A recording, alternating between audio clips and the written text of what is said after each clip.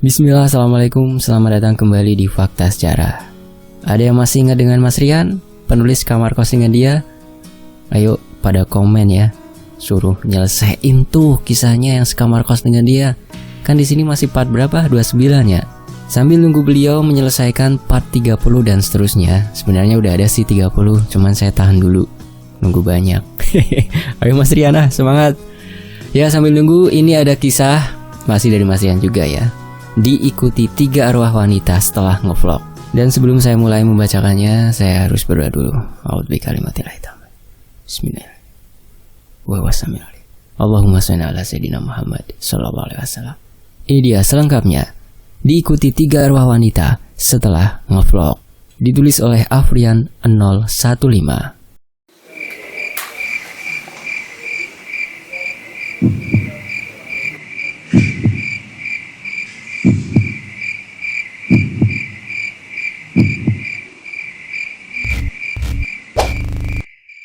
Kisah ini berawal setelah aku mendapat kabar dari orang tua temanku yang bernama Rendra, dan dia juga menceritakan detail kejadiannya padaku. Sebut saja itu nama dia. Rendra ini merupakan seorang konten kreator juga. Dia sering membuat konten video horor, podcast horor di sebuah channel YouTube. Kadang juga dia melakukan live streaming di platform lain seperti Bigo dan beberapa platform live streaming lainnya. Kalau dilihat dari pengikut dan penonton dari setiap video yang dia buat, bisa dikatakan dia termasuk yang sudah lama menggeluti bidang ini. Untuk masalah live streaming, Rendra sering melakukan explore atau penelusuran ke tempat-tempat angker dan sudah sampai di berbagai wilayah yang terbilang cukup seram. Dan biasanya dia melakukan kegiatan itu sendirian tanpa ditemani rekan. Dia benar-benar melakukan hal penjelajahan sendirian. Tempat angker yang sudah pernah dijelajahi dia antara lain adalah Alas Purwo, Lawang Sewu, Wonderia, dan masih banyak yang lainnya. Dan dari eksplorasinya itu tidak jarang dalam videonya atau live streamingnya menangkap sebuah pergerakan dari makhluk alam sebelah. Kita mulai langsung pada ceritanya. Pada saat itu orang tua Rendra memberiku kabar karena khawatir dengan anaknya yang bernama Rendra ini. Orang tuanya khawatir karena akhir-akhir ini Rendra terlihat begitu aneh dibanding hari biasanya. Tingkah yang ditunjukkan tidak seperti Rendra yang selalu riang dan selalu merespon cepat setiap apapun yang terjadi. Namun, menurut penjelasan orang tua Rendra, sepulang dia dari explore terlihat seperti orang linglung, dan setiap ditanya sesuatu pasti tidak langsung dijawab, melainkan seperti orang bengong terlebih dahulu. Dan ketika diulang kedua kali, baru Rendra bisa merespon apa yang tadi ditanyakan oleh seseorang. Hal itu membuat khawatir kedua orang tua Rendra. Sementara karena saat itu aku sedang ada urusan dengan Mbah Margono, makanya belum bisa untuk datang ke rumah Rendra dan memastikan apa yang terjadi. Dan urusanku dengan Mbah Margono ini memerlukan waktu. Kalau tidak salah 7 hari baru kemudian aku bisa berkunjung ke rumah Rendra. Menurut cerita yang aku dapat, Rendra baru pulang dari salah satu curug yang digunakan untuk acara padusan. Biasanya dilakukan menjelang awal 1 suro di sebuah desa. Di sini tidak bisa disebutkan secara detail di mana letak desa tersebut. Yang jelas, Rendra baru pulang dari tempat padusan itu. Seperti biasa, Rendra tidak ditemani satu teman pun. Dia berangkat sendiri ke lokasi di mana curug itu berada. Dan sesampainya di rumah, Rendra langsung masuk, berjalan dengan tatapan datar sambil melihat ke sekeliling ruangan yang dia lewati. Seolah dia asing terhadap ruangan yang dia lewati ini. Bapak ibunya yang melihat Rendra seperti itu kemudian mencoba menanyai Rendra, apakah baik-baik saja atau tidak. "Ren, kamu sudah pulang? Kamu udah apa-apa kan?" tanya Bapak Rendra memastikan. Hah? Jawabnya Rendra hanya semacam itu saja, seperti tidak nyambung saat ditanyai. Setelah ditanya oleh bapaknya, Rendra langsung masuk ke dalam kamarnya tanpa menjawab pertanyaan dari bapaknya, dan langsung naik ke lantai 2 ke kamarnya dan langsung menutup kamar rapat-rapat. Dan setelah masuk ke dalam kamar, sama sekali tidak keluar sedikit pun dari kamarnya.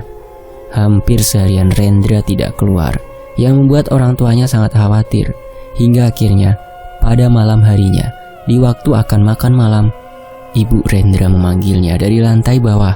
Namun sama sekali tidak ada jawaban dari Rendra. Ibunya Rendra pun mencoba untuk mengetuk kamar Rendra. Namun saat akan mengetuk, Ibu Rendra mendengar Rendra sedang berbicara pada seseorang. Ibunya berpikir mungkin dia sedang berteleponan dengan temannya. Namun yang membuat aneh adalah suara lawan bicara Rendra sangat jelas dan terdengar seolah benar-benar ada di ruangan yang sama dengan Rendra. Dan untuk memastikan, Ibu Rendra mencoba untuk mengetuknya. Rendra, makan dulu yuk. Sudah waktunya makan malam ini, ajak ibunya untuk makan. Awal mengetuk sama sekali tidak ada jawaban. Rendra terus asik berbicara dengan lawan bicaranya itu.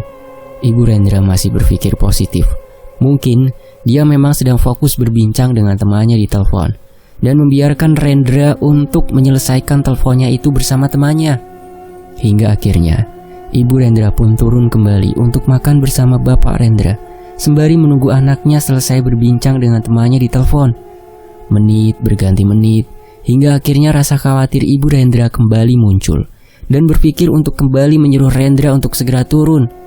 Ibu Rendra kemudian berjalan menuju ke lantai 2. Saat dalam perjalanan menuju ke lantai 2, samar-samar Ibu Rendra dari tangga melihat ada sesosok wanita berjalan memasuki kamar Rendra.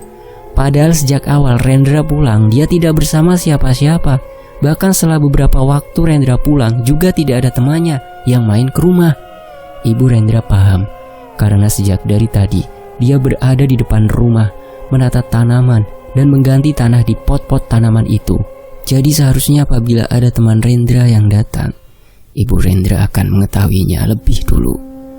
Karena penasaran dengan siapa yang menemani Rendra di dalam kamarnya, ibunya kemudian terus berjalan ke kamar Rendra, mengikuti sosok wanita tadi yang berjalan masuk ke kamar Rendra. Sesampainya di depan kamar Rendra, ibunya mencium wangi yang sangat segar, seperti ada bunga yang tumbuh di sana. Saat sedang mengamati harum wangi dari mana itu berasal, dari arah dalam kamar Rendra terdengar suara canda tawa sebegitu riangnya. Rendra terdengar seperti sedang bergurau dengan seorang wanita di dalam sana. Ibu Rendra pun kemudian mengetuk kembali pintu kamar Rendra, dan seketika itu suara canda tawa itu berhenti terdengar dari dalam kamarnya. "Ren, ayo makan dulu. Kamu sama siapa di dalam? Itu loh temennya, sekalian diajak saja makan bareng sama kita."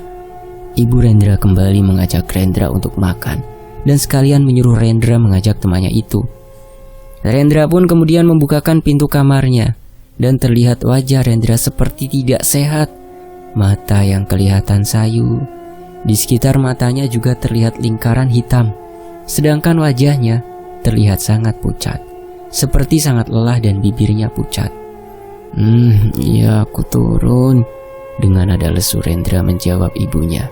Saat Rendra membuka pintu kamar, namun hanya sedikit yang dibukanya, seolah tidak ada yang boleh tahu ada siapa di dalam sana.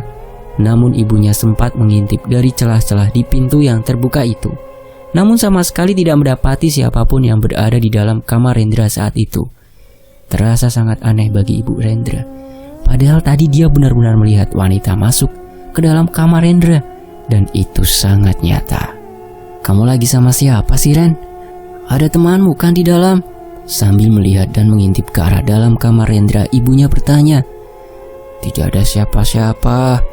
Dengan nada datar Rendra menjawab dan segera menutup kamarnya, lalu bergegas turun ke bawah dengan langkah gontai memegangi gagang anak tangga. Melihat Rendra menuruni anak tangga, ibunya kemudian mencoba memastikan di dalam kamarnya kalau memang tidak ada siapa-siapa. Gagang pintu mulai dipegang oleh Ibu Rendra dan tuas mulai diputar. Padahal pintu tadi sama sekali tidak dikunci oleh Rendra. Namun saat Ibu Rendra akan membuka kamarnya, dirasakan sangat susah. Ibunya mencoba mendorong pintu kamar Rendra dengan sekuat tenaga, namun pintu terasa begitu berat. Setelah mencoba sekuat tenaga, perlahan pintu terbuka walau sangat berat. Terasa pintu seperti ada yang mengganjal dari dalam, dan perlahan pintu mulai terbuka, namun dalam keadaan yang gelap. Aneh, memang saat tadi ibunya mengintip dan ada Rendra di sana. Padahal kondisi kamar lampu sudah menyala, dan kini ibunya meraih saklar saklar lampu di samping pintu dan menyalakannya, sehingga kini Ibu Rendra sudah bisa melihat dalam ruangan kamar Rendra. Terlihat sepi, tidak ada siapapun di dalam sana. Dan saat tengah memperhatikan kamar Rendra, tiba-tiba ada suara sesosok wanita, namun tidak ada wujudnya dan berkata, "Segera pergi dari kamar ini." Suara itu terdengar lirih, namun jelas di telinga Ibu Rendra, dan membuatnya terkejut hingga melompat ke belakang.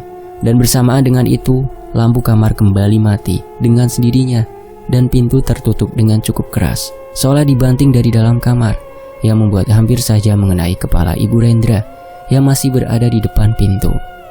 Seketika Ibu Rendra kemudian memanggil suaminya dengan panik dan ketakutan dengan apa yang baru saja terjadi. Namun karena saking syoknya, Ibu Rendra tidak bisa berkata-kata lagi. Tak berselang lama setelah itu Rendra kembali dari makannya. Sepertinya dia sudah selesai makan dan kembali berjalan dengan gontai, dengan tatapan kosong, berjalan lurus tanpa mempedulikan orang tuanya, terutama ibunya yang sedang terduduk lemas. Rendra berjalan lempeng, lurus, membuka pintu kamarnya yang lagi-lagi sudah dalam kondisi terang. Padahal tadi dalam kondisi mati. Rendra masuk, kemudian langsung menutup pintu dan terdengar suara pintu kamar dikunci dari dalam. Terlihat wajah kebingungan dari kedua orang tua Rendra. Mereka belum pernah melihat Rendra seperti itu. Dan setelah kejadian itu, Ibu Rendra dibawa turun oleh suaminya untuk beristirahat di bawah, sambil sesekali menanyakan tentang kejadian apa yang baru saja dialami oleh istrinya itu. Dan setelah diceritakan, ayah Rendra tidak begitu mempercayai kejadian yang diceritakan oleh istrinya itu, karena selama mereka hidup di sana belum pernah mengalami kejadian yang di luar nalar seperti itu. Singkat cerita, pada pagi harinya, saat selesai pulang dari sholat berjamaah di musola, saat ayah Rendra sedang dalam perjalanan menuju rumahnya, ayah Rendra melihat seorang wanita berpakaian kebaya dengan rambut digelung seperti seorang putri kerajaan. Wanita itu sedang berjalan hendak masuk ke pagar rumahnya, yang kebetulan juga pagar rumah Rendra sedang tertutup rapat. Wanita itu kemudian berdiri mematung tepat di depan gerbang masuk rumah Rendra. Ayah Rendra sedikit penasaran dengan siapa yang ingin bertamu subuh-subuh seperti ini. Saat hendak ayahnya Rendra menemui wanita itu, kebetulan tetangganya yang berada di belakangnya memanggil dan membuat ayah Rendra menoleh ke arah belakang. "Pak, apakah nanti bisa ke rumah sebentar? Sekitar jam 8 lah. Kita bicarakan masalah yang kemarin." Tetangga itu mengajak janjian bertemu pagi ini. "Insya Allah bisa, Pak. Tenang saja, sepertinya semua sudah siap kok persiapannya."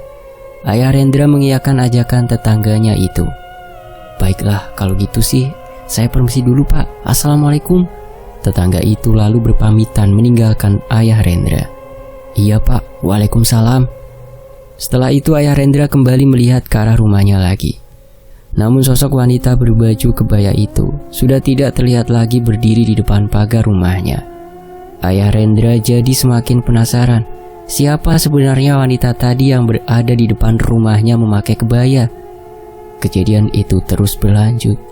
Siang harinya setelah ayah Rendra baru pulang dari tempat tetangganya itu, kembali dia melihat wanita berpakaian kebaya dengan gelung itu berada di depan pagar. Karena penasarannya, ayah Rendra kemudian bergegas. Setelah sampai di sana, ayah Rendra kemudian mencium aroma wangi dari wanita yang berada di depannya itu. Posisinya saat itu adalah si wanita berpakaian kebaya ini membelakangi ayah Rendra. Aroma wangi itu adalah wangi bunga kantil, dan setelah diperhatikan ternyata pakaian yang dikenakan adalah pakaian pernikahan dengan adat Jawa. Karena merasa sedikit aneh dengan penampilan wanita itu, kemudian ayah Rendra menanyakan, ada perlu apakah wanita itu depan rumahnya? Siapa yang tidak aneh melihat wanita berpakaian pengantin Jawa berdiri di rumahnya sendirian? "Siang, Mbak ada keperluan apa ya di depan rumah saya?" Ayah Rendra mulai menanyakan maksud dari wanita itu yang berada di depan rumahnya. Namun, wanita itu sama sekali tidak menjawab atau bersuara sedikit pun untuk menjawab rasa penasaran ayah Rendra. Kebetulan juga sosok wanita itu berdiri tepat di pintu masuk, sehingga menghalangi jalan masuk ayah Rendra untuk memasuki rumahnya. "Permisi, Mbak, saya mau masuk rumah ini. Jika mbaknya tidak ada urusan atau keperluan ke rumah saya, boleh minggir dulu mbak, saya mau masuk rumah. Ayah Rendra meminta permisi untuk memasuki rumahnya sendiri. Saya mau masuk, saya mau ketemu Rendra. Dengan nada dingin dan datar, wanita itu berbicara lirih. Oh, temannya Rendra, silahkan masuk saja. Mari, saya bukakan pintunya. Wanita itu kemudian sedikit menyingkir memberi ruang ayah Rendra untuk membuka pintu pagarnya. Namun wanita itu masih tetap membelakangi ayah Rendra sehingga belum bisa dilihat wajahnya oleh ayah Rendra. Dia harus pergi. Rendra milikku saja. Setelah ayah Rendra membuka pintu kemudian masuk, wanita itu berkata demikian dengan nada yang masih datar saja. Siapa mbak yang harus pergi? Mbak pacarnya anak saya ya? Ayah Rendra mencoba menyelidiki siapa yang sebenarnya dimaksud sambil terus berjalan dan membuka pintu rumahnya. Namun wanita itu masih terus berdiam diri di depan pagar rumahnya. Wanita, dia wanita jahat. Dengan nada sedikit lebih tinggi wanita itu berkata sambil menolehkan ke arahnya ayah Rendra. Begitu wanita itu menoleh ke arah ayah Rendra malah ketakutan hingga pingsan. Ternyata wanita berpakaian kebaya Jawa seperti pakaian pengantin Jawa itu saat menoleh sama sekali tidak memiliki wajah. Hanya ada hiasan make up layaknya pengantin Jawa, namun tanpa adanya mulut, hidung dan mata. Lepes. Dan karena syok melihat rupa yang tidak wajar itu, membuat ayah Rendra langsung tergeletak pingsan di depan rumahnya. Di sisi lain, hari ketiga setelah Rendra pulang dari ngevlog, pacar Rendra yang bernama Novi datang ke rumah untuk menjenguk ayah Rendra yang demam akibat kemarin melihat sosok wanita berkebaya tanpa wajah. Badan ayah Rendra langsung panas semenjak hari itu. Pacar Rendra datang dengan membawa obat karena diminta ibunya Rendra. Sedangkan Rendra saat diminta tolong malah hanya terlihat linglung saat itu.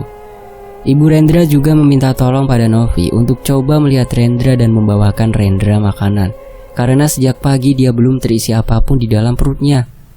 Novi kemudian memberikan obat yang diminta oleh ibu Rendra untuk mengambil buah jambu yang berada di belakang rumah yang tadi baru saja dipetik oleh ibu Rendra, untuk nanti dibawakan kepada Rendra bersama dengan makanannya. Novi kemudian berjalan menuju ke halaman belakang untuk mengambil buah jambu yang dimaksud oleh ibu Rendra. Novi membuka pintu belakang rumah, dan setelah membuka pintu, Novi melihat ada seorang wanita berpakaian kaos berwarna kuning dengan memakai celana jeans pendek dan berambut panjang sebahu, sedang berdiri sambil mengambil sebuah jambu dari dalam keranjang yang mungkin tadi dipetik. Novi merasa aneh karena di rumah ini hanya ada Rendra, ibu dan bapaknya saja. Novi sempat berprasangka kalau itu adalah tetangga yang ingin meminta buah jambu itu. Mbak mau minta jambu itu? Tidak apa-apa mbak, ambil saja, ucap Novi sambil menghampiri wanita itu. Namun wanita itu malah justru meletakkan kembali jambu itu, lalu kemudian bergegas pergi. Dan saat wanita itu hendak pergi, kebetulan arahnya menghampiri Novi. Namun wanita itu berjalan sambil menunduk, sehingga Novi sama sekali tidak bisa melihat wajah wanita itu. Dan saat berpapasan, aroma harum tercium begitu menyengat dari tubuhnya. Namun setelah beberapa saat aroma harum itu langsung berubah menjadi seperti bau getir atau bau bangkai yang begitu busuk, hingga membuat rasa mual tiba-tiba muncul pada diri Novi. Ingin rasanya memuntahkan sesuatu yang ingin mencoba merangsak keluar dari dalam perutnya. Namun perasaan itu bisa dibendung sehingga tidak jadi memuntahkan isi perutnya. Terbesit rasa heran pada benak Novi, muncul dari manakah aroma wangi dan aroma busuk itu yang tiba-tiba muncul secara hampir bersamaan dan menghilang saling bersamaan. Dia juga menebak-nebak siapa sebenarnya wanita yang baru saja ditemuinya. Karena buah yang diminta itu ditunggu oleh ibunya Rendra, Novi kemudian mengesampingkan pikirannya itu dan nantinya akan bertanya pada ibu Rendra saja. Setelah mengambil buah jambu yang berada di keranjang belakang rumah, Novi kemudian langsung membawa masuk ke dalam rumah dan segera mencuci buah jambu yang baru dibawanya itu. Saat berada di dapur, Novi langsung mengarah ke wastafel untuk mencuci buahnya. Dia membersihkan satu persatu buah yang baru diambil, dan saat sedang mencuci. Novi merasakan ada seseorang berjalan melewati belakangnya, mondar-mandir, dan terus berjalan menuju ke arah ruang tengah. Saat itu Novi berpikir kalau itu adalah ibunya Rendra, karena hanya diyakini yang sehat. Kemudian Novi pun mencoba bertanya pada seseorang yang berjalan itu, "Bu, itu Rendra sudah sejak kapan berdiam diri terus di dalam kamarnya? Dan Bapak juga sudah berapa hari demam seperti itu?" Sambil terus membersihkan buah yang diambilnya tadi, Novi bertanya. Namun setelah menunggu beberapa saat, Novi menunggu jawaban yang diharapkan namun tak kunjung dia dapatkan. Sehingga dia mencoba untuk bertanya untuk kedua kalinya. "Bu, sudah berapa lama mereka seperti itu, Bapak dan juga Rendra?" Novi mencoba mengulangi pertanyaannya sambil terus mencuci buah jambunya. Dan kembali setelah menunggu beberapa saat, tetap tidak ada jawaban sama sekali. Hal itu membuat Novi merasa sedikit aneh. Soalnya suara orang berjalan mondar-mandir itu masih terdengar di belakangnya. Hal itu membuatnya menoleh ke belakang untuk melihat siapa sebenarnya seseorang yang mondar-mandir itu. Dan saat Novi membalikkan badannya, Novi melihat sesosok wanita berpakaian kebaya dan bergelung seperti seorang pengantin Jawa. Yang diprediksi itu adalah sosok yang sama yang dilihat oleh bapaknya Rendra. Namun sepertinya Novi tidak mengetahui hal itu. Namun dengan pakaian yang tidak sewajarnya, hal itu membuat Novi shock, sehingga membuatnya berdiam mematung di depan wastafel. Saat Novi mematung dari arah kanannya, suara Ibu Rendra memanggilnya, yang membuatnya tersadar dan terkaget oleh suara Ibu Rendra itu yang ternyata baru selesai dari kamar mandi. Dan seketika Novi langsung menengok ke arah Ibu Rendra. Iya Bu, ada apa?" Dengan ekspresi kaget, Novi menjawab panggilan itu. "Kamu kenapa malah bengong di situ?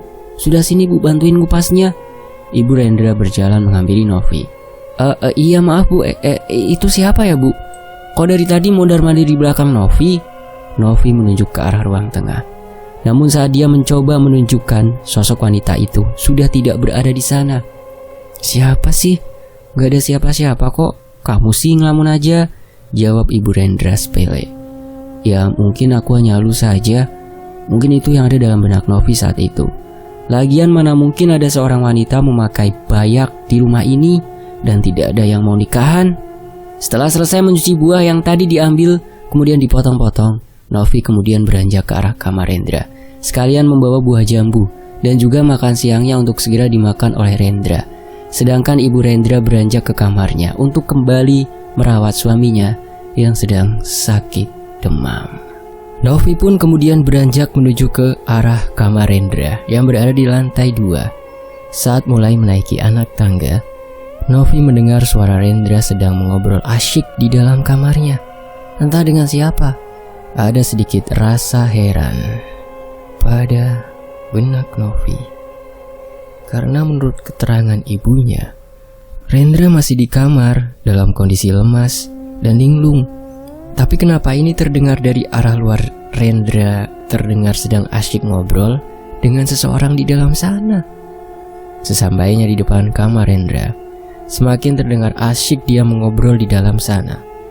Namun Novi sama sekali tidak mendengar lawan bicaranya berbicara di dalam.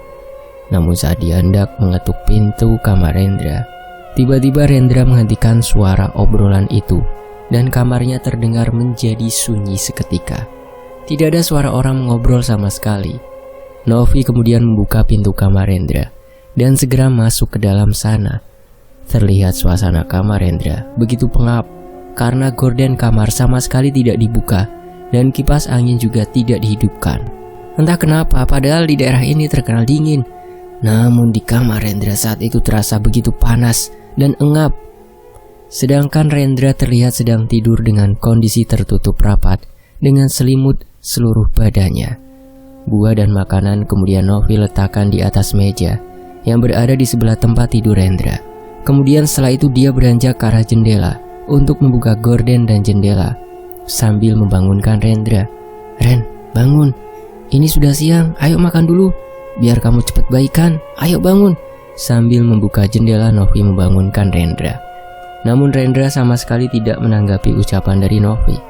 Terlihat Rendra malah tertidur cukup pulas. Nah, pada saat itu Novi baru menyadari kalau Rendra tertidur. Terus tadi siapa yang ngobrol atau bicara cukup kencang dari dalam sini? Tapi Novi tidak mau berpikir macam-macam. Dia tetap berpikir positif kalau mungkin dia tadi salah dengar, dan kembali membangunkan Rendra dengan menggoyangkan dan sedikit menepuk pipinya dengan lembut. Karena sudah dari pagi belum makan, maka Novi mengusahakan untuk siang ini Rendra harus makan. Dan saat Novi sedang membangunkan Rendra, tiba-tiba dari arah belakang, atau lebih tepatnya dari arah kamar mandi dalam yang berada di dalam kamar Rendra, terdengar suara pintu kamar mandi itu terbuka. Mendengar suara pintu, Novi kemudian menoleh ke arah kamar mandi itu dan merasa sedikit kaget karena harusnya Rendra sendirian di kamar ini dan tidak ada lagi siapa-siapa. Sedangkan ayah dan ibunya berada di lantai 1, dan Novi malah dibuat sangat terkejut karena keluar dari dalam kamar mandi itu adalah Rendra yang terlihat baru saja mencuci muka dengan raut muka yang masih terlihat lemas, dengan mata panda yang masih ada di sekitar matanya. Jalan gontai juga masih dia perlihatkan saat itu. Karena kaget dengan sosok Rendra yang muncul dari arah kamar mandi, Novi kemudian kembali melihat di ranjang tidur Rendra. Terus siapa yang tadi ia coba bangunkan kalau Rendra berada di kamar mandi sejak tadi? Dan saat melihat ranjang ternyata di sana tidak ada siapa-siapa, hanya ada bantal guling yang terlihat tergeletak di depan matanya. Hal itu membuat Novi terlihat sangat kikuk dan bingung mau mengatakan apapun. Rendra yang saat itu melihat Novi datang kemudian berbicara pada Novi. "Oh, kamu Nov? Udah dari tadi?" Dengan nada lemas Rendra bertanya dan ditambah sedikit menguap, tanda dia seperti baru saja bangun. "Loh, kok kamu?" Novi masih terlihat syok dan kikuk karena kejadian itu. "Kenapa Nov?" Badan aku kok rasanya pegel semua ya." Rendra berjalan gontai menuju ranjangnya dan duduk di atas ranjang. Sudah, tidak apa-apa. Mungkin karena aku capek. Semalaman baru saja lembur kerjaan. Kamu makan ya, biar kuat badanmu. Nanti aku pijitin." Novi mencoba mengalihkan pikirannya. Dan memang karena kebetulan semalam dia baru saja selesai lembur. Ternyata Rendra mau memakan makanan yang dibawa oleh Novi ke kamarnya. Ya, walaupun tidak banyak dimakan oleh Rendra, Novi senang. Dia sudah mau makan daripada tidak terisi apa-apa. Kemudian Novi meminta Rendra untuk tidur tengkurap. Rendra pun menurut dan kemudian punggungnya dipijat oleh Novi. Menurut keterangan dari Novi, saat memijat punggung Rendra, tubuh Rendra terasa sangat panas dan badannya terasa sangat keras seperti batu. Padahal biasanya Novi saat memijat Rendra, tubuhnya tidak sekeras ini. Saat memijat Rendra juga mengatakan kalau memang sudah tidak kuat, tidak usah dipijit, tidak apa-apa. Rendra juga berkata, "Terasa keras ya tubuh ini." Dan terlihat raut muka Rendra sedikit tersenyum mengerikan saat mengatakan hal itu. Tidak biasanya dan tidak pernah terlihat oleh Novi kalau Rendra memiliki ekspresi seperti itu. Selang beberapa menit karena Novi merasa tubuh Rendra semakin lama semakin keras, maka dia memutuskan untuk menyudahi memijat.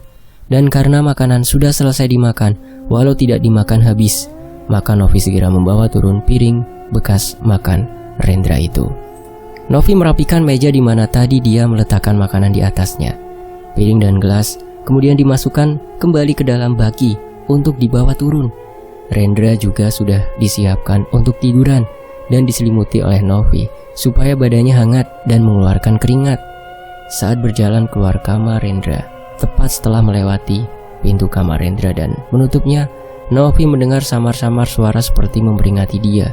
Suara itu seperti berbisik dan mengatakan, "Tidak usah sok perhatian, pergi." Novi yang sama mendengar suara itu, sempat berdiam diri untuk memastikan apa yang didengarnya.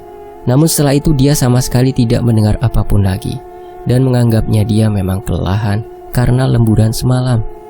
Sampainya di bawah, Novi kemudian langsung mencuci dan membersihkan piring yang baru saja dipakai Rendra untuk makan. Ibu Rendra juga membawa piring kotor yang baru saja digunakan. Dan Novi juga mencucikan piring itu. Karena piring kotor sudah dihandle oleh Novi, maka Ibu Rendra berniat untuk mengangkat jemuran yang sudah kering. Namun ternyata Novi memperhatikan kalau Ibu Rendra sebenarnya sudah sangat kelelahan. Dan karena itu, Novi kemudian melarangnya untuk melakukannya sendiri dan akan dikerjakan oleh Novi saja.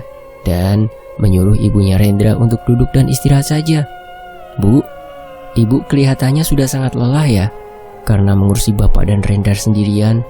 Kalau seandainya hari ini aku menginap, apakah boleh, Bu? Setidaknya untuk membantu ibu mengurusi pekerjaan rumah dan merawat Rendra, Bu." Novi menawarkan untuk membantu mengurus Rendra dan ayahnya.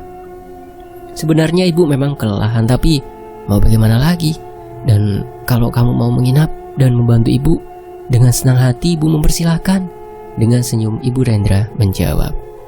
Novi pun kemudian melanjutkan membantu mengangkat jemuran yang sudah kering di belakang rumah. Lalu kemudian dia bawa ke dalam ruangan di mana biasa ibu Rendra menyetrika. Dan karena hari sudah mulai sore, Novi berpamitan untuk pulang dulu sebentar, mengambil pakaian ganti dan bebersih dulu, baru kemudian akan kembali. Beberapa jam kemudian, lebih tepatnya setelah maghrib, Novi baru kembali ke rumah Rendra. Karena kebetulan di rumah tadi ada tamu yang harus dia temui, dan baru bisa balik setelah maghrib. Novi mengetuk rumah Rendra dan tak menunggu lama, pintu kemudian dibukakan oleh ibu Rendra dari dalam rumah. Setelah membukakan pintu, lalu Novi dipersilakan untuk masuk ke dalam rumah. Dan saat memasuki rumah, Novi kemudian melihat sosok wanita yang dilihatnya saat mengambil buah jambu di belakang rumah dan masih mengenakan pakaian yang sama dengan saat dia terakhir melihatnya. Wanita itu terlihat masuk ke dalam rumah ke arah ruang tengah. Hal itu membuat Novi semakin penasaran. Sebenarnya siapa wanita itu? Kenapa dia ada di sini? Karena rasa penasaran itu, Novi kemudian menanyakan siapa dia kepada ibu Rendra. Dan setelah menanyakan hal itu pada ibu Rendra, malah yang terjadi ibu Rendra malah kebingungan dengan seseorang yang dimaksud oleh Novi. Ibu Rendra sama sekali tidak mengetahui siapa sosok yang dimaksud, karena di rumah ini hanya ada mereka berempat saja. Hal itu membuat Novi merasa sangat aneh. Jelas-jelas dia tadi melihat ada seorang wanita masuk ke ruang tengah. Dengan wajah kebingungan, ibu Rendra kemudian mengalihkan pembicaraan. Dia mengatakan untuk melupakan, mungkin Novi terlalu lelah. Setelah itu, kegiatan mereka berdua adalah menonton TV di ruang tengah dan sesekali menengok ke dalam kamar ayah Rendra dan kamar Rendra, barangkali mereka memerlukan sesuatu. Malam pun semakin larut, rasa ngantuk mulai terasa di mata mereka berdua. Ibu Rendra kemudian berpamitan untuk pindah ke kamar tidurnya, sedangkan Novi masih tetap bertahan di sana. Padahal dia sudah disediakan kamar sendiri, yang kebetulan kamar itu memang disediakan untuk tamu. Tanpa terasa mata Novi pun terpejam, namun belum benar-benar tidur. Dia masih bisa mendengarkan suara di sekitarnya. Jam yang berdetak dan kadang suara serangga dari luar rumah juga terdengar merangsak masuk ke telinganya. Dan saat itu juga, tiba-tiba dia mendengar suara langkah kaki berjalan dari arah ruang tengah di mana dia berada menuju ke arah dapur. Kemudian langkah kaki itu kembali ke ruang tengah dan menjauh lagi. Hal itu terdengar sebanyak 3 kali. Dan pada kali ketiga suara langkah kaki itu terdengar mendekat ke arahnya. Yang dia pikir itu adalah suara ibu Rendra yang mengambil keperluan dari suaminya, yang meminta diambil sesuatu dari dapur. Dan setelah kembali akan menyuruh Novi pindah ke kamar yang sudah disediakan. Dan saat langkah kaki itu berhenti di depannya, Novi pun kemudian membuka matanya. Seketika tubuhnya terbujur kaku karena melihat sesosok wanita berpakaian kuning dengan celana jeans dan rambut sebahu, sesuai yang dia temui di belakang rumah. Aroma harum tercium saat itu juga, dan Novi pun bisa melihat wajah wanita itu dengan jelas. Sebuah wajah rusak dengan kepala bagian pelipis penyok ke dalam, dan wajah berlumuran darah mengalir yang saat itu wajahnya didekatkan ke arah Novi, yang membuat dia semakin kaku, tak dapat bergerak. Darah segar hampir menetes ke arah mukanya. Semakin lama semakin dekat wajah rusak itu dan wanita itu berkata, "Kamu tidak usah ikut campur urusan kami di sini." Sosok wanita itu berkata sambil melotot, dan saat berbicara, belatung keluar dari mulutnya dan berjatuhan di atas muka Novi. Hal menjijikan sekaligus menyeramkan itu membuatnya berteriak sekuat tenaga sambil berusaha menyingkirkan wajah buruk dan belatung yang terus berjatuhan itu dengan mata tertutup. Suara teriakan Novi membuat Rendra kembali keluar kamarnya dan melihat Novi seolah memberontak menjauhkan sesuatu darinya. Novi, kamu kenapa, nak? Ini ibu, sadar, nyebut Nov." Dengan ekspresi bingung, ibu Rendra menyadarkan Novi. Dengan tepukan tangan di pipi Novi, Novi kemudian membuka matanya dan segera melihat ke sekelilingnya. memastikan sosok wanita itu sudah tidak ada di sana. Dengan wajah panik dan ketakutan dia melihat sekeliling. "Ada apa? Kamu kenapa?" Ibu Rendra bertanya dengan bingungnya. "Bu, aku takut sendiri. Aku mau tidur di kamar ibu saja. Di lantai nggak apa-apa, Bu. Novi takut sendiri, Bu." Sambil memeluk Ibu Rendra, Novi meminta untuk ikut tidur di kamar Ibu Rendra. Karena kasihan dengan Novi, Ibu Rendra pun mempersilahkan. Namun sebelum tidur di kamar orang tua Rendra, Novi dan Ibu Rendra kemudian mengambil sebuah kasur portable untuk dibawa ke kamar sebagai alas tidur Novi malam itu. Dan selama tidur di kamar orang tua Rendra, dia tidak diganggu dan bisa tidur hingga pagi. Walau saat pertama akan tidur, rasa was-was terus muncul. Hari berikutnya pun masih sama. Setelah ayah Rendra dan Novi, pacar Rendra, diganggu oleh dua sosok wanita yang berbeda. Ibu Rendra kemudian mencoba untuk memanggilkan seorang kiai atau ustadz yang paham akan hal seperti itu. Soalnya, sudah 2 kali gangguan berupa wujud wanita itu terjadi sejak Rendra pulang dari ngevlognya. Sebenarnya Ibu Rendra sudah mencoba untuk menelponku beberapa kali. Terlihat ada notifikasi panggilan tak terjawab sebanyak 2 kali. Pertama di pagi hari dan yang kedua di siang hari. Maklum saja, seperti yang aku jelaskan di awal, kalau pada saat itu aku sedang ada urusan bersama Mbah Margono. Dan pada akhirnya Ibu Rendra memutuskan untuk memanggil kiai atau ustadz tadi. Dan rencana orang yang dipanggil itu akan datang pada sore hari ba'da asar. Sore hari pun tiba. Setelah asar, seorang ustadz, sebut saja namanya Pak Mahfud. Sore hari itu Pak Mahfud sedang dalam perjalanan menuju rumah Rendra. Sebelumnya dia hanya diberi alamat saja untuk menuju ke rumah Rendra. Sebetulnya Pak Mahfud juga sudah berangkat tepat waktu supaya nanti tidak kemalaman. Namun entah kenapa dia terasa susah untuk menemukan tempat atau rumah yang dituju itu. Padahal dia juga sudah bertanya kepada beberapa orang di sekitaran desa di mana Rendra tinggal. Namun menurut Pak Mahfud, semua menunjukkan ke tempat yang salah. Setiap warga yang menunjuk pasti ke tempat yang sama, di mana itu adalah lahan kosong yang ditumbuhi ilalang yang sudah meninggi. Menurut penuturannya itulah yang dialaminya. Namun memang menurutnya saat berada di lahan kosong itu, dia merasa seperti ada sebuah tabir yang menyelimuti, seolah menyembunyikan sesuatu. Dan karena menyadari hal itu, saat mencoba mencari untuk sekian kali, dirinya membaca sebuah doa. Dan pada akhirnya benar saja, dia ditunjukkan oleh warga lain ke tempat yang sama. Dan berkat doa itu, baru dia menemui rumah yang tadinya memang adalah lahan kosong. Pak Mahfud sedikit terkesan pada sosok yang berhasil mengelabuinya. Dan sepertinya sosok ini bukan sosok sembarangan.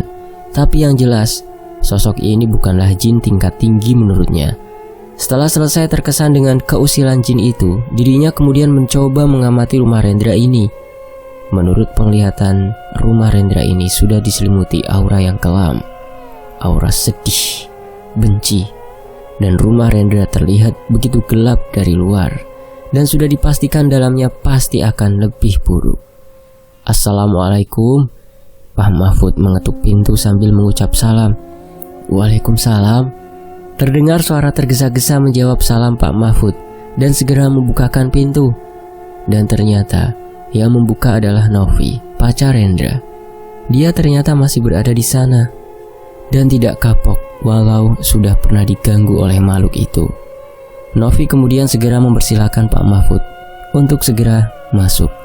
Ternyata di dalam keadaannya sedang tidak karuan. Ayah Rendra yang sudah mulai berangsur membaik sedang mencoba memegangi Rendra yang sedang meracau kata-kata yang tidak jelas sambil mencoba melepaskan tangan bapaknya dan hendak keluar dari jendela di kamarnya. Padahal itu adalah lantai 2. Ayah Rendra terlihat kewalahan menangani anaknya yang seperti itu. Tenaganya terasa begitu kuat katanya. Entah karena dia belum begitu fit atau memang kekuatan yang dimiliki Rendra bertambah lebih kuat. Dan saat Pak Mahfud berjalan memasuki rumah Rendra, di lantai 1, dia melihat sesosok wanita yang menakuti ayah Rendra, yaitu wanita berkebaya pengantin. Dan saat masuk melewati ruang tengah, dirinya melihat wanita berbaju kuning dan bercelana jeans. sesosok wanita yang menakuti Novi malam itu. Namun saat itu hanya Pak Mahfud saja yang melihatnya. Mereka berdua sedang berdiam diri di ruang berbeda, namun sama-sama menatap ke atas di mana Rendra berada. Samar-samar dirinya mendengar wanita berpakaian pengantin Jawa itu berkata, "Dia makhluk jahat, dia berbahaya." Pak Mahfud mendengar itu dengan suara yang cukup lirih. Sedangkan sosok wanita berbaju kuning itu terlihat begitu marah, seolah ingin menyerang sesuatu di atas, namun dia tidak memiliki keberanian untuk menyerang. Setelah itu Novi mengantar Pak Mahfud langsung ke kamar Rendra. Posisi Rendra kini hanya tinggal sedikit lagi melompat karena dia sudah mulai memanjat jendela kamarnya. Awalnya terlihat sangat kewalahan. Novi dan Pak Mahfud melihat hal itu kemudian bergegas berlari, berusaha menolong ayah Rendra yang kerepotan. Dan saat itu juga Pak Mahfud meminta air putih pada ibunya Rendra dan meminta untuk segera mungkin dibawa kemari. "Aku mau pergi." "Tunggu aku, jangan pergi. Janjinya kita mau menikah." Rendra sambil memberontak mengatakan hal tersebut. 3 orang mencoba menghentikan Rendra untuk melompat yang masih kewalahan. Entah apa yang sebetulnya terjadi. Tak berselang lama ibu Rendra kembali dengan membawa air putih yang diminta tadi, dan kemudian diserahkan langsung kepada Pak Mahfud. Pak Mahfud kemudian melepaskan pegangannya dari Rendra yang sedang memberontak dan berusaha melompat. Kemudian dibacakanlah sebuah doa di air yang ada di gelas itu. Lalu kemudian diambil secukupnya dan diusapkan kepada muka Rendra. Dan efeknya adalah tiba-tiba Rendra menjadi sedikit lemas dan kondisi mulai bisa dikuasai. Rendra ditarik mundur dan menjauh dari jendela. Sisa air yang diusapkan tadi kemudian diminumkan pada Rendra yang mulai lemas. Setelah berhasil diminum oleh Rendra, tubuh Rendra kemudian terasa berat. Ternyata dia tertidur lemas setelah meminum air itu. Kemudian Pak Mahfud mengangkat tubuh Rendra, dibantu oleh ayah Rendra ke atas kasur.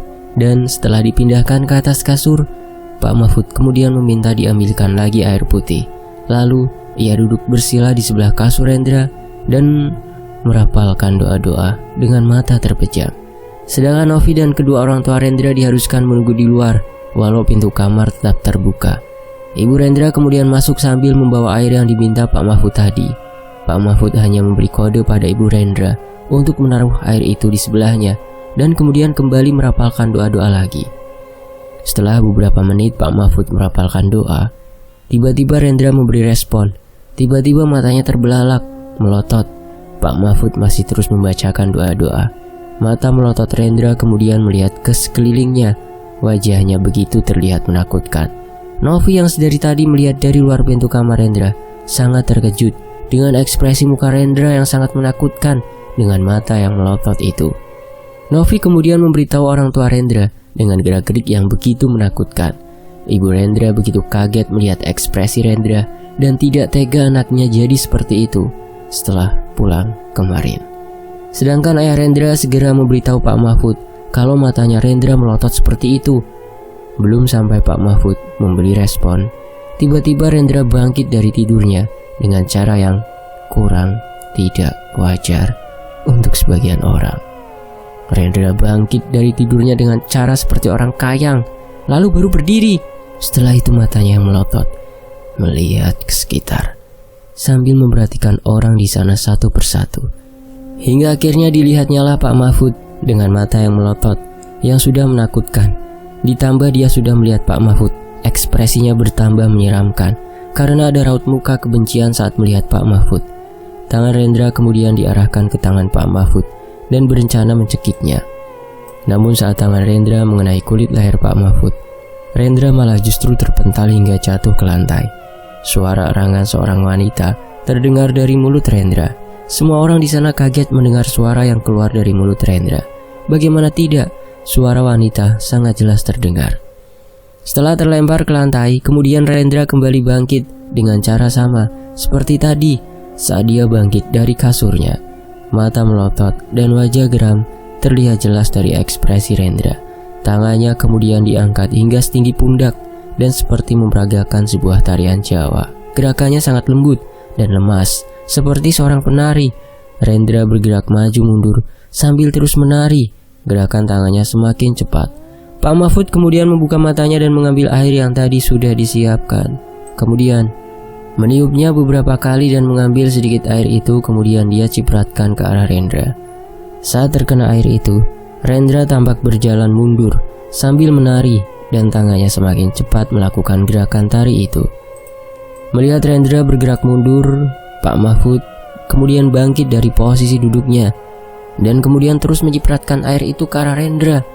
Rendra mengeluarkan gelagak kesakitan dengan ekspresi yang diperlihatkan olehnya.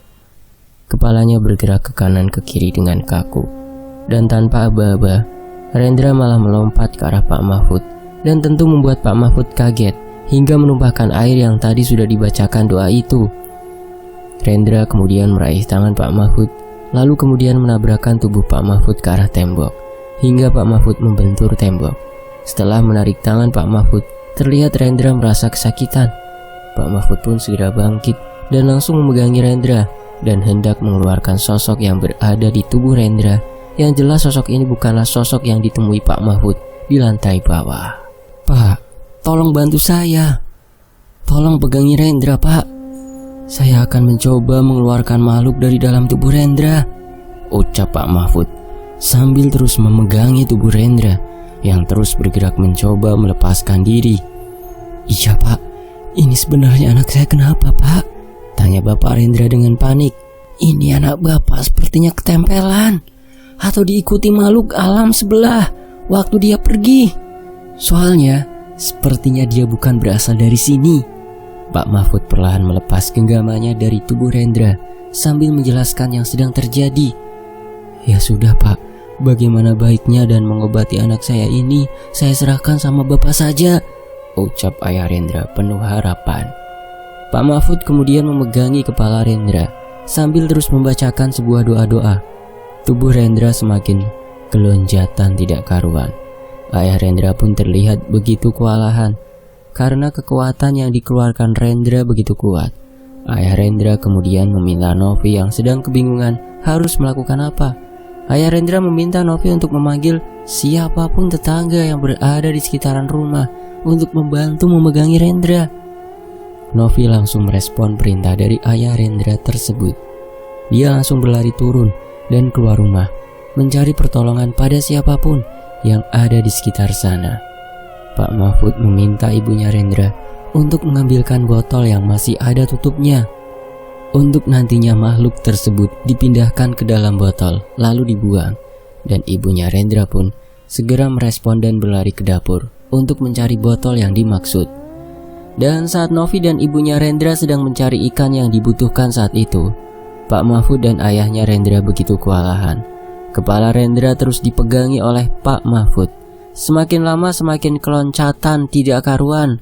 Beberapa kali ayahnya Rendra hampir saja melepaskan pegangannya yang membuat celah bagi tubuh Rendra untuk melepaskan diri.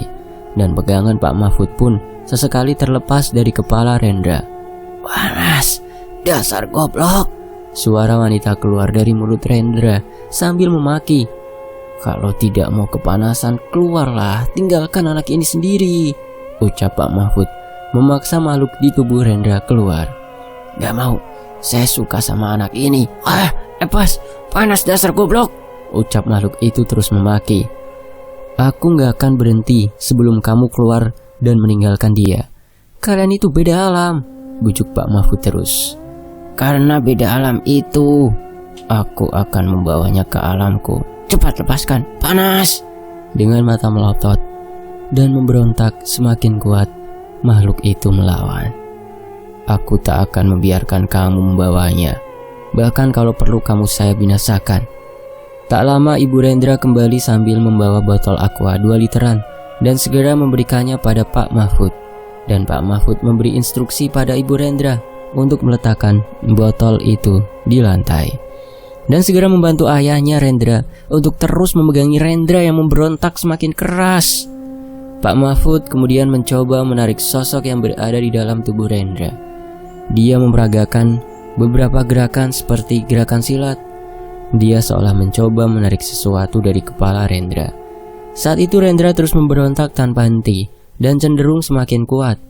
Botol yang berada di lantai tidak sengaja tertendang oleh kaki Rendra saat itu dan terus mendorong hingga sampai ke dekat jendela tadi yang masih terbuka dan belum sempat ditutup lagi. Pak Mahfud menghentikan sedikit gerakannya sembari membetulkan posisi botol supaya nanti mudah dalam memasukkan makhluk itu. Dan setelah itu kembali Pak Mahfud mencoba mengeluarkan makhluk itu lagi.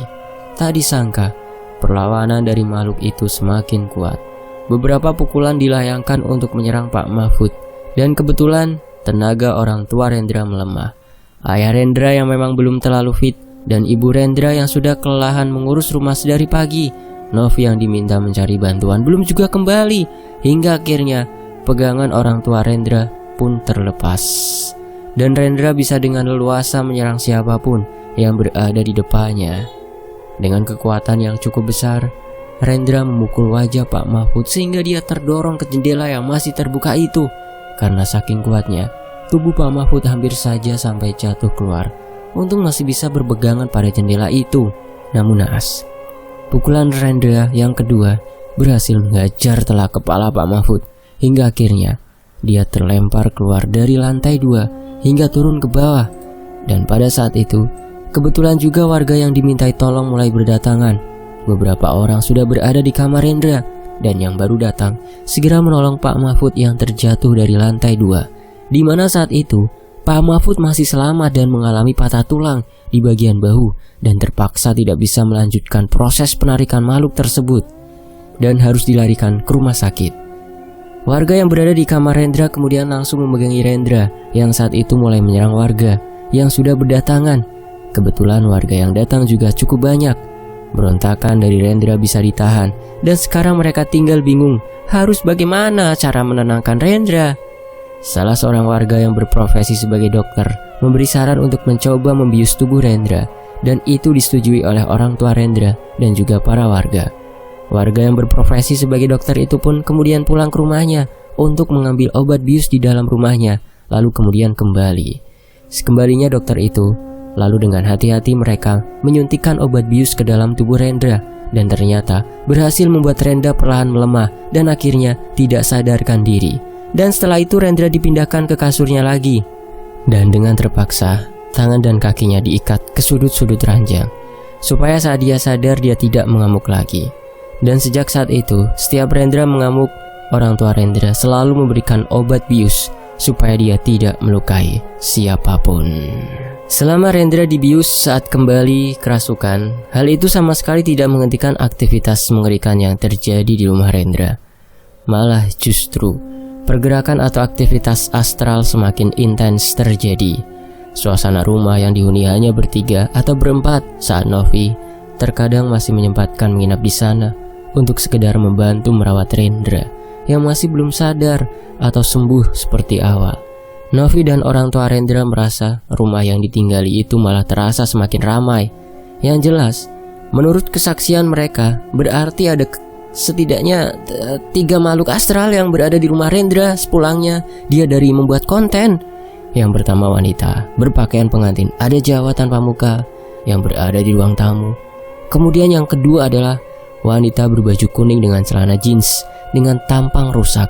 Dan yang ketiga adalah sosok yang selama ini terus berada di dalam tubuh Rendra. Namun mereka yang tinggal di rumah itu merasakan ada lebih dari 3 makhluk menghuni tempat itu. Entah apa yang terjadi, tapi suasana rumah semakin lama mereka rasakan semakin gelap. Apalagi pada malam hari. Walaupun lampu rumah sudah dinyalakan, namun mereka tetap merasakan ada sesuatu yang menghalangi cahaya lampu itu untuk secara maksimal menerangi ruangan. Pernah suatu ketika, menurut ibu Rendra, pada pagi hari saat menjelang waktu sholat subuh, seperti biasa, beliau melaksanakan sholat tahajud, sedangkan ayah Rendra masih tertidur pulas. Saat itu, beliau hendak pergi ke kamar mandi yang berada bersebelahan dengan dapur, dan itu juga melewati tangga lantai 2, di mana di sana ada kamar. Dan saat itu kamar Rendra juga terlihat masih sepi, atau bisa dibilang tidak ada aktivitas apapun. Dan Rendra berarti masih tertidur di kamar itu. Saat dia melewati tangga, dia melihat seperti ada seseorang yang berjalan menuju ke balkon lantai 2. Wujudnya dia diekspresikan seperti sesosok lelaki berbadan besar, tinggi, selayaknya manusia normal, dan memiliki rambut ikal, namun tubuhnya diselimuti dengan warna hitam. Dirinya tidak bisa melihat dengan jelas karena hanya ada sedikit lampu yang menerangi. Hanya saja, Ibu Rendra ini melihat sosok lelaki itu berjalan keluar balkon dengan membuka pintu lantai 2. Suara pintu terbuka dan tertutup lagi juga dia dengarkan dengan jelas. Dia berpikir kalau itu adalah maling yang mungkin akan mencuri di rumahnya, dan membuat Ibu Rendra ini sesegera mungkin turun dan berniat untuk membangunkan suaminya. Dan saat dia akan pergi ke kamarnya, dari suara dapur juga terdengar seperti ada aktivitas seperti seseorang sedang membuka dan menutup lemari sembari mencari barang, karena terdengar suara piring yang berbunyi saling bergesekan satu sama lain. Karena penasaran dengan suara itu, pikirnya sekalian melihat karena bisa diintip sedikit ke arah dapur, dan benar saja, dia malah melihat sosok dengan wujud yang sama dengan lelaki yang berada di atas tadi. Ciri-cirinya sama.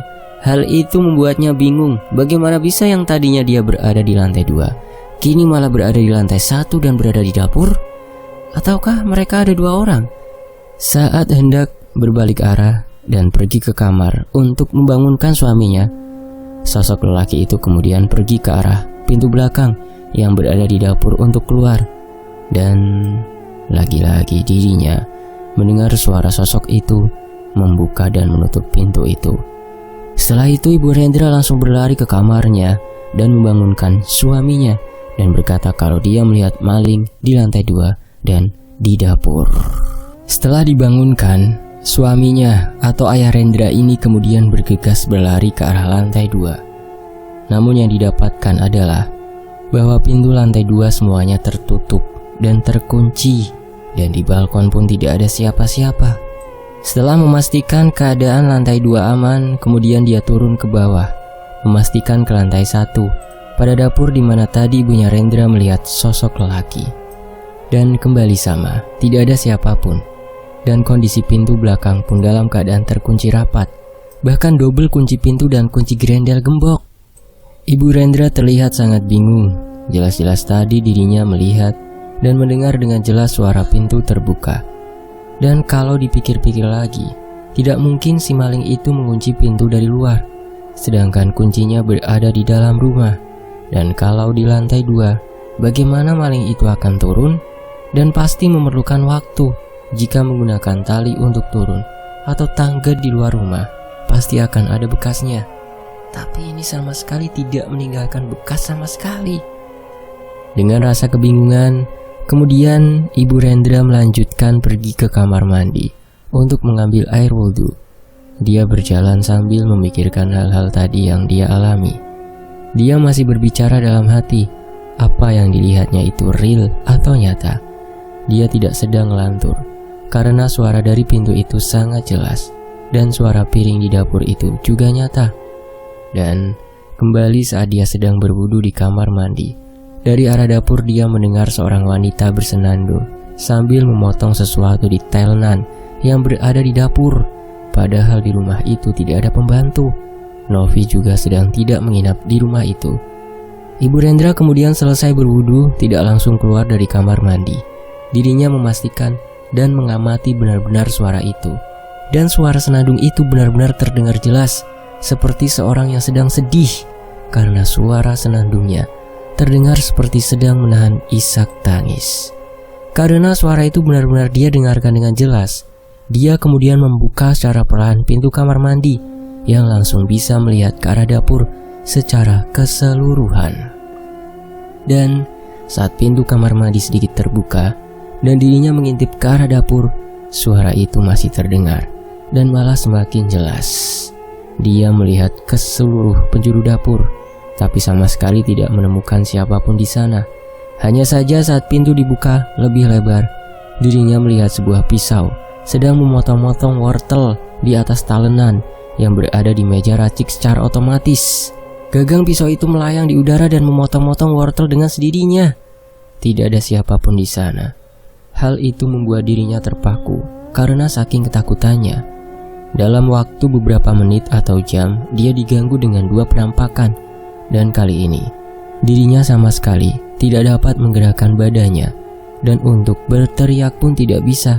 Hingga akhirnya, entah bagaimana, pisau itu berhenti memotong namun posisi masih dalam posisi melayang dan bergerak ke arah ibunya Rendra yang mengintip dari dalam kamar mandi. Melihat pisau itu bergerak sendirinya dan suara senandung rintihan itu terdengar semakin keras, otomatis rasa takut yang dirasakannya pun semakin membesar. Rasa ingin beranjak, namun hal itu tak bisa juga dia lakukan. Hingga pada akhirnya, dengan sekuat tenaga dia berhasil berteriak, dan akhirnya dia pingsan di kamar mandi karena rasa ketakutan.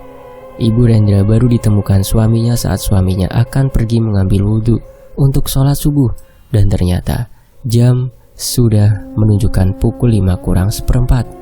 Sudah tidak ada waktu untuk sholat tahajud, dan itu berarti Ibu Rendra berada atau pingsan di sana cukup lama. Loh Bu, kok malah tiduran di sini? Kamu kenapa Bu? Bu, sadar. Ayah Rendra mencoba membangunkan istrinya yang sudah sangat dingin. Beberapa kali dicoba bangunkan, ternyata istrinya sangat susah untuk sadar dan memerlukan beberapa waktu untuk akhirnya dia bisa sadarkan diri. Ayah Rendra terus menepuk pipi kanan dan kiri istrinya, berharap istrinya segera sadar dari pingsannya. Bu, bangun loh, kok bisa sampai seperti ini? Ibu kenapa sih ya Allah? Sebenarnya apa yang sedang terjadi pada keluargaku ini? Ayah Rendra sedikit protes kepada Allah atas cobaan yang sedang diberikan kepada keluarganya. Tak berselang lama istrinya pun tersadar dan begitu matanya terbuka seolah melihat setan, Ibu Rendra langsung berteriak dan meronta melepaskan pelukan dari suaminya.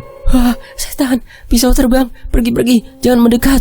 Ibu Rendra berteriak sambil menjauh dari pintu dan mundur hingga masuk kembali ke dalam kamar mandi. Suaminya yang keheranan melihat tingkah istrinya, kemudian meminta istrinya untuk istighfar dan mengatur nafasnya sambil melihat ke sekelilingnya, memastikan tidak ada apapun di sekitarnya. Bu, nyebut, ini bapak loh. Ibu kenapa? Kok bisa pingsan? Diatur dulu nafasnya pelan-pelan. Ayah Rendra mencoba menyadarkan dan bertanya apa yang sedang terjadi. Pak, tadi ada orang nyanyi, terus pisau itu melayang sama motong-motong wortel di sana. Ibu Rendra menjelaskan apa yang dilihatnya tadi sebelum pingsan. Gak ada siapa-siapa Bu. Wortel juga gak ada di atas meja. Yang ada cuma pisau sama talenan aja. Ayah Rendra berdiri memastikan yang berada di atas meja racik tadi. Beneran ya? Tadi pisau melayang sendiri. Ada suara orang bernyanyi juga. Ibu Rendra menguatkan kata-katanya sambil menangis karena masih merasa takut dengan apa yang dialaminya tadi. Bersambung, nantikan kelanjutannya ketika Mas Rian dan Mbah Margono menangani Mas Rendra dan keluarga. Fakta sejarah pamit, wassalamualaikum warahmatullahi wabarakatuh. Terima kasih Mas Rian, terima kasih teman-teman yang sudah menyimak kisah ini di sini hanya di Fakta Sejarah.